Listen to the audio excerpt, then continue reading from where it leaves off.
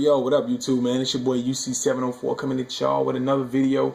The official season opening roster dropped this morning, man, or last night, or whatever it may have been. And now all the injuries and the latest transactions of depth charts and whatnot have been made. So now I'm coming to the Washington Wizards because this is probably one of the funnest, most exciting teams, explosive teams, one of the teams that you can light up with, get easily 100 points in a ranked game with because they're so explosive, man. And one of the reasons is because of this guy right here, John Wall. You want to run your offense through him. Bradley Beal is another piece that can light it up at any given moment. He's 6'5", corner specialist, and he has a spot on catch and shoot. So with Wall, with Dimer, that is almost automatic, throwing him the ball off plays. You could run a couple of double screens, get him to come off of, man. This kid is pretty daggone good. Then you got Trevor Ariza, which in my opinion is overrated. I don't even think he shot 40. Man, his three-pointer is very high. At an 81, and he has a generic release, so it's very easy to splash threes with him as well. You want to get him spotted up in that corner or anywhere else on the wing. I think his hot spots are on the wing. Yo, this is your X factor. If he get over 15 points, you're pretty much going to win because these two guys are going to get close to 20 points. He's probably the best player on the game without a jump shot. They can't shoot.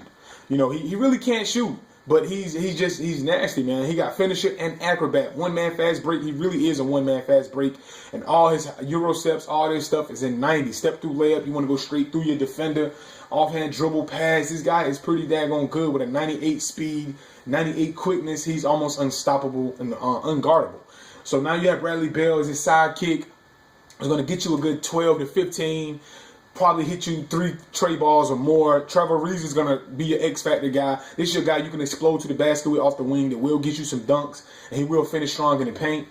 I run him to run the 4 out, 1 in, and keep Gortat. This is a beautiful addition. He's light years better than Okafor to me. Okafor is on the Phoenix Suns. You have Gortat. This guy's 6'11". He's taller than Okafor, and he can finish in the paint with a 90 close. And he can just finish in the paint better with a 98 standing layup. That standing layup took in place of the inside shot rating. So he's pretty daggone good around that basket. Pretty daggone good. And he has defense and he will rebound. So, he will block shots. You can have Aaron Hansen in there if you want to. I like to have him spray the floor. People don't know he can shoot, so I leave him in the game. People look at Aaron Hansen like, who is this guy? He can't shoot.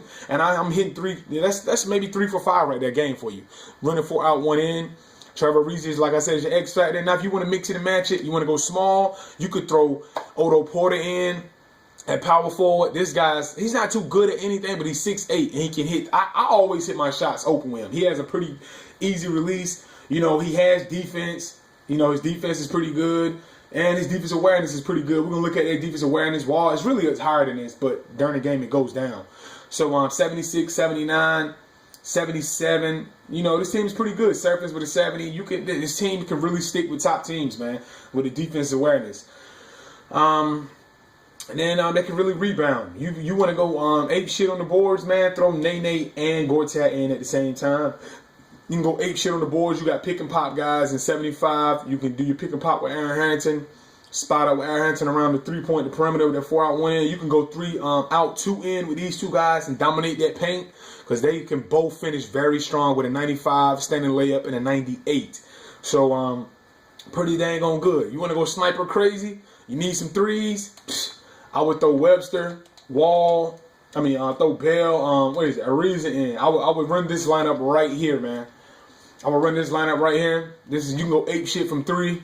And you could throw Otto Porter in at power forward if you want to. This is your 3-point lineup. You want to go crazy for 3? Throw that lineup in with Gortat at center to get the rebounds. Or you could just throw it like that. Or you could put Aaron Hansen at center and go him. You want to go crazy from 3? There you go. You got your 3. This is very versatile. This team is very versatile, man. Eric Maynard is your backup point guard. Nene is a horse in the paint. You could bring off the bench.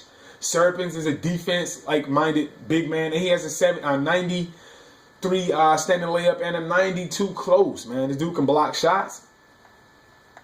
And I think his defense awareness is pretty good. Yep, 70. So, yeah, this is a pretty good team, man. You want to run your offense through John Wall, though. Your offense at all times want to be ran through John Wall.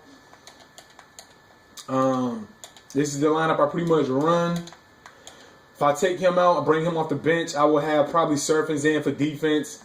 I don't start Nene and Gortat at the same time because they're kind of slow. But if you want to kill the glass, if you're playing the Chicago Bulls, I recommend starting Nene, and Gortat. You would clean the glass up. You could compete with the Houston Rockets with rebounds and the Chicago Bulls with these two guys in because they're rebound machines. Trevor Booker is another nice little player, man, with a mid-range, and he can finish in the paint with a 73 dunk. He will dunk on you. So that's pretty much how I run it, man.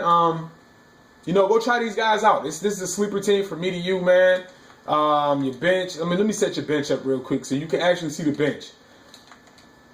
Martell Webster, this is the team you want to run and gun with your bench, man. They can fire from three because Eric Maynard can't hit the three ball. He will hit the three. He will light you up from three with a catch and shoot. Otto Porter will hit the three.